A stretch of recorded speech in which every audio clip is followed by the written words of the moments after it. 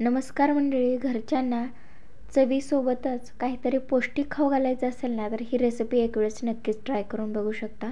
हा डोसा बनवायला जितका सोपा आहे तितका चविष्ट आणि पौष्टिक आहे. सो तुम्ही लंचमध्ये, डिनरमध्ये किंवा मुलांना टिफिनसाठी देऊ शकता.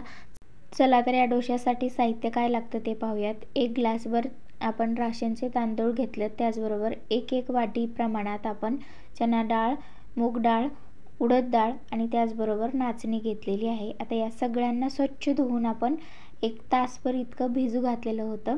जास्त वेळ नव्हता माझ्याकडे, त्यामुळे मी इथे 1 तासभरच आपण त्याला भिजू घातलेलं आहे. आणि ते चांगलं असं स्वच्छ धुवून भिजू घालून इथे मी त्याचं पीठ हे वाटून घेतलेलं आहे. आता याला रात्रभर आपल्याला झाकून ठेवायचे. ते मी डब्यामध्ये ठेवलेलं आहे. थंडीच्या दिवसात जर तुमचं पीठ फुगत नसेल तर तुम्ही त्याला डब्यामध्ये किंवा एखाद्या कुकरमध्ये ठेवलं तर एकदम चांगल्या प्रकारे हे जाळीदार आणि एकदम मस्त असं फुगतं. तर इथे बघू शकता रात्रभर आपण चांगलं असं पीठ फुगलेलं आहे. इथे मस्तपैकी अशी जाळी त्याला आलेली आहे. चला तर आता आपण त्याचे डोसे बनवायला सुरुवात करूयात.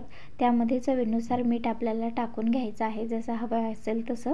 आणि त्याला व्यवस्थित असं आपल्याला मिक्स करून घ्यायचं. तुम्ही यामध्ये स्प्राऊटसुद्धा चांगल्या प्रकारे मिक्सरमध्ये वाटून टाकू शकता. याने सुद्धा एकदम चांगल्या प्रकारे आणखीन पौष्टिकता वाढेल आणि चवसुद्धा वाढेल.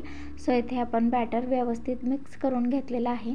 चला तर लगेच बनवायला सुरुवात करूयात. इथे मी नॉनस्टिकचा तवा न वापरता लोखंडाचा तवा वापरलेला आहे.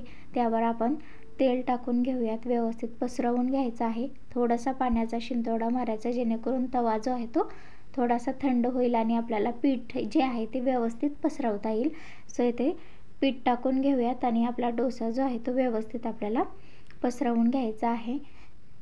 बघू शकता एकदम चांगल्या प्रकारे पसरतोय, कुठेही चिटकला जात नाही. एकदम चांगल्या प्रकारे तो पसरला गेलेला आहे.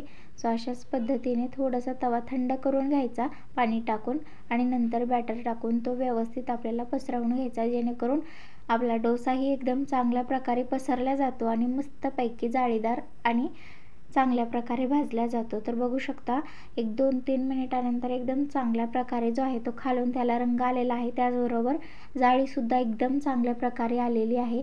चवीला तर उत्तम लागतोच मंडळी आणि पौष्टिक तर आहेच आहे. सो एक वेळेस नक्की ट्राय करून बघा. बटाट्याच्या भाजीसोबत किंवा चटणीसोबत ट्राय करू शकता. चॅनलवर नवीन असाल तर चॅनलला सबस्क्राईब नक्की करा. चॅनलला लाईक करा, शेअर करा आणि सबस्क्राईब करा. तर बघू शकता मस्तपैकी इथे आपला हा डोसा बनून तयार झालेला आहे. रंगसुद्धा एकदम मस्त असा आलेला आहे आणि कुरकुरीतपणासुद्धा आलेला आहे. सो याला आपण काढून घेऊयात. तर मंडळी, तुम्हाला ही रेसिपी कशी वाटली कमेंट करून नक्की कळवा. यामध्ये आणखीन काय काय आपण बदल करू शकतो ते सुद्धा कळू शकता. त्याचबरोबर भेटूयात पुढच्या व्हिडिओत नवीन रेसिपीसहित. तोपर्यंत खात राहा, खाऊ घालत राहा, मजेत राहा. आणि प्लीज चॅनलवर नवीन असाल तर सबस्क्राईब करा आणि व्हिडिओ शेवटपर्यंत नक्कीच बघत जा. येणाऱ्या प्रत्येक व्हिडिओची नोटिफिकेशन तुम्हाला मिळत राहावी यासाठी बेल आयकॉन नक्की दाबा आणि ऑल नक्कीच करा. चला तर भेटूयात पुढच्या व्हिडिओ. तोपर्यंत खात राहा, खाऊ घालत राहा, मजेत राहा आणि आस्वाद घ्या. बाय. धन्यवाद.